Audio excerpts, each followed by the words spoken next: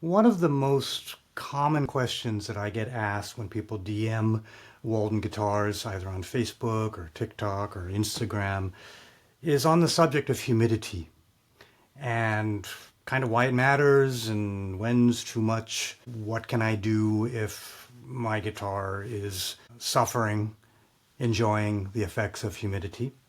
And so I'd like to take a minute and talk about that. So humidity, what is it? It's the amount of moisture that is contained in the air at any given time. And it relates to temperature. When it's cold, the less moisture the air can hold, and so thereby the humidity relative to the temperature becomes more, whereas if it's really hot, think the desert, that heat allows the air to carry more moisture, and so if you have the same amount in that cold day and it gets hot, then it can absorb more and the relative humidity goes lower. And so really dry and hot places, because it's so warm, the humidity is low because the amount of environmental water is not enough to balance it at that 40 to 50%, which is most comfortable for humans and most comfortable for guitars. The opposite in a really humid environment. There's an ocean nearby. The air is saturated, so the relative humidity goes up into 60, 70, 80, 90, 90%. Now, all of this relates to guitars because guitars are wood, and wood is porous and is alive for the lifetime of your instrument. It is going to, much like the air, absorb moisture and dry out and express moisture, much like a sponge. And so, getting back to this question from one of our owners, humidity, what is it, why do I care? Think of this guitar top as a sponge. And so what happens when you leave your sponge out overnight? Well, it dries up and kind of turns into a little rock, and then you pour a few drops of water on it, it starts to get a little damp and pliable, yes, but then if you put it under the sink, it's all wet and soggy. Guitar tops are pretty similar. They're going to dry out or they're going to swell relative to the humidity, which is why we build between 40 and 50%, so that we build, and all legitimate guitar makers do this as well. You build at this midpoint in the climate. So if the instrument should go to, say, Denver, Colorado in the winter, or Chicago in the winter, where it's super dry and cold, well, you better humidify that guitar. I don't care if it's a plywood guitar or a solid top guitar, if it's $300 or $30,000, in that super dry climate, it's going to dry out so much that you could permanently damage your guitar. The opposite, to a lesser degree, but the opposite is also true in super wet environments, Miami in the summer, because it's going to swell.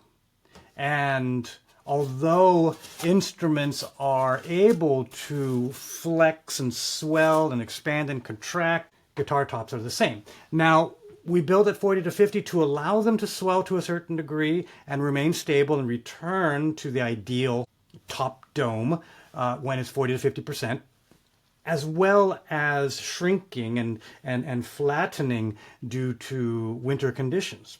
This is one reason why we build on a 25-foot dome. You can see that black line under here. You can see my finger under here. This is not a flat plane. This is a 25-foot radius that we press a top in when we brace it. We build a dome into it because a dome is geometrically more stable when under string tension pulling it up, as well as when it swells, it's going to swell this way. As it flattens, it's going to flatten that way. It's going to press out or pull up at the sides. The sides are going to help it remain in shape. However, for the life of any instrument made out of wood, it's going to swell when it's wet and flatten when it's dry. So, that is why it's recommended that you humidify your guitar in the winter or dehumidify it in the wet. And ultimately, my rule is that if it's uncomfortable for you, it's probably uncomfortable for the guitar. Sorry to get so nerdy about it. Hopefully some of you are into this kind of stuff. Wood is plastic and elastic at the same time. Now, what does that mean? The best way is to demonstrate it with a piece of paper. And of course, paper is wood, or is wood fibers. And so, you know, I can bend it like this, or I can stretch it like this, right?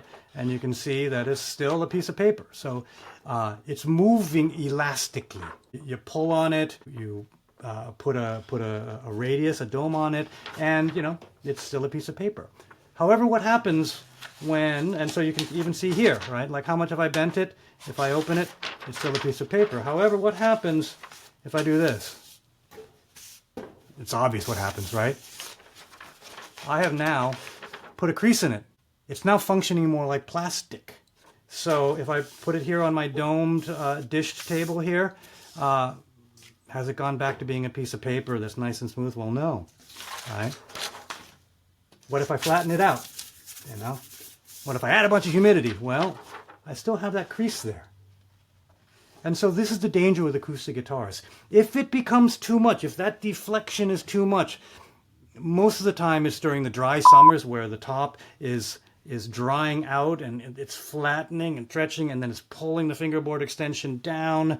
It's creating a crease at the fingerboard extension, you know, resulting in the dread hump. And then the top flattens. Well, if you cross that line between elastic to plastic, it might not come back. And we need to be cautious about that. This is why we need to humidify or dehumidify guitars in extreme conditions. And no matter how much humidification for a dry guitar you put in, if it can still relax and remain in that elastic space, it'll come back, and that's not a big deal. But sometimes that doesn't happen, and once that doesn't happen, that's when some of the major problems occur.